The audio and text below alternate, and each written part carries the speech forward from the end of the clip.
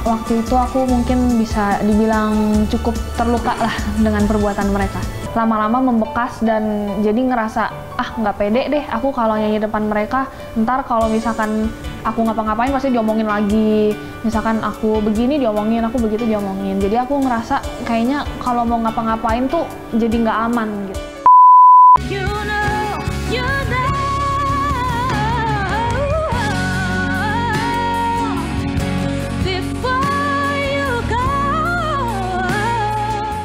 Oke, masa kecil aku dari dulu aku belum pernah kepikiran atau bermimpi untuk jadi musisi atau penyanyi karena aku memang belum ketemu aja gitu bakatnya waktu kecil.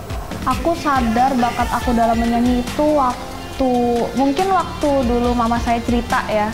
Waktu kecil itu aku suka ikutin nyanyi-nyanyi lagu anak-anak dan kata mama aku tuh suara aku tuh maksudnya bisa ngikutin nadanya sama persis dan nggak kemana-mana gitu nadanya. Jadi sejak mama saya ngomong kayak gitu terus coba diikutin les nyanyi. Pokoknya ya setiap weekend itu aku tuh paling sibuk sendiri dari antara teman-teman aku tuh udah kayak misalkan teman-teman mau ngajak ke hang out yuk, aku yang nggak bisa sendiri pasti karena tiap weekend aku pasti ada les piano biola.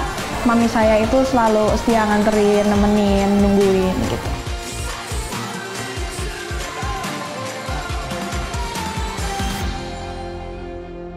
Ada yang support, tapi ada yang enggak juga. Misalkan ada yang nyinyir, ngomongin di belakang. Sebenarnya mau marah sama mereka, mau marah sama diri sendiri juga campur aduk sih perasaannya karena jadi kayak kecewa juga sih sama mereka karena selama ini aku temenan sama kalian tuh, jadi selama ini kalian ngomongin di belakang gitu, jadi kan kayak nggak tulus gitu. Sejak itu tuh aku ngerasa jadi kayak nggak pede aja gitu, karena aku ngerasa kok kayaknya aku nggak bisa sih jadi diri aku sendiri depan teman-teman aku. Jadi sejak itu tuh aku ngerasa nggak percaya diri. Mungkin karena keseringan gitu kali ya diomongin, kayak misalkan kita lagi rame-rame nih, lagi seru-seruan bareng, terus lagi nyanyi bareng, terus aku otomatis harus maksudnya ikut nyanyi dong biar join sama mereka gitu. Nah terus somehow mereka kayak ngomong, apaan sih, ya deh gue tahu suara lu bagus, nggak usah sok-sok dibagus-bagusin lagi.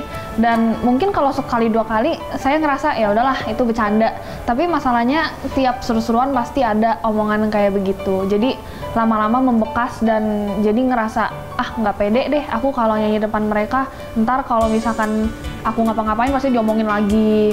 Misalkan aku begini diomongin, aku begitu diomongin. Jadi aku ngerasa kayaknya kalau mau ngapa-ngapain tuh jadi nggak aman gitu. Kalau aku gayanya waktu nyanyi begini, ntar dibilang alay nggak ya? Jadi kayak terlalu memikirkan pendapat orang lain, padahal belum tentu orang itu ngomong kayak begitu. Sampai sering overthinking sih, jadi tadinya aku tuh orangnya cuek banget. Orang mau ngomong apa aku nggak peduli.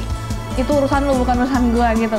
Tapi sejak kejadian itu, kalau misalkan diomongin dikit langsung kepikiran. Iya, jadi waktu itu aku mungkin bisa dibilang cukup terluka lah dengan perbuatan mereka. Kalau masalah sih aku dari kecil udah terbiasa sih untuk selalu cerita. Orang teraman yang aku ceritain pasti tuh keluarga, orang tua. Dan yang pasti aku juga cerita sama Tuhan karena memang selain karena itu udah kebiasaan dari kecil, misalkan tiap malam doa, tapi kayak kadang juga Tuhan kenapa sih aku harus begini gitu, kenapa Tuhan harus ngasih aku lewatin seperti ini gitu. Nah, aku nggak minta teman baru atau minta yang lain-lain, aku cuma minta Tuhan tolong kembalikan confidence aku gitu loh. Walaupun ini emang nggak mengenakan aku, tapi aku percaya pasti ntar di akhirnya bakal worth it sih prosesnya gitu. Momen aku udah mulai percaya diri lagi, sebenarnya nggak langsung tiba-tiba percaya diri gitu, enggak sih, karena kan pasti butuh proses. Dari kejadian itu aku diingetin sih untuk nggak terlalu mikirin pendapat orang lain, karena mungkin itu nggak ada efeknya juga sih buat diri aku. Dan yang paling penting itu what God thinks of me gitu, karena Tuhan kan udah ngomong aku mengasihi kamu berharga loh di mata aku. Jadi buat apa sih dengerin pendapat orang lain lagi, karena Tuhan udah bener-bener mengasihi aku apa adanya. Aku rasa Tuhan juga pakai orang tua aku juga ngingetin, udah nggak usah didengerin, ngapain sih orang kayak gitu didengerin, kan dibiarin aja, nggak usah terlalu dibawa ke pikiran gitu.